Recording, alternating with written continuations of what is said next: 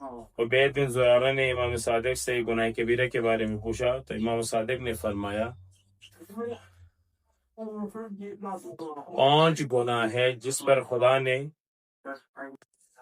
آتش جہنم کا وعدہ دیا، جو کوئی یتیم کا مال کھائے، در حالی کہ وہ اپنے شکم میں آتش جہنم کو کر دیتا اور وہ عنقریب جہنم میں چلے جائیں گے۔ نمبر 2، سود خوری۔ نمبر 3،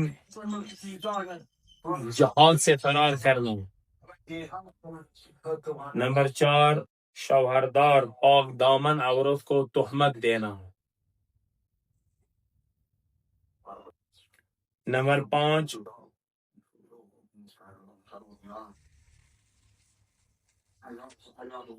مومن کو عمدن قتل کرنا۔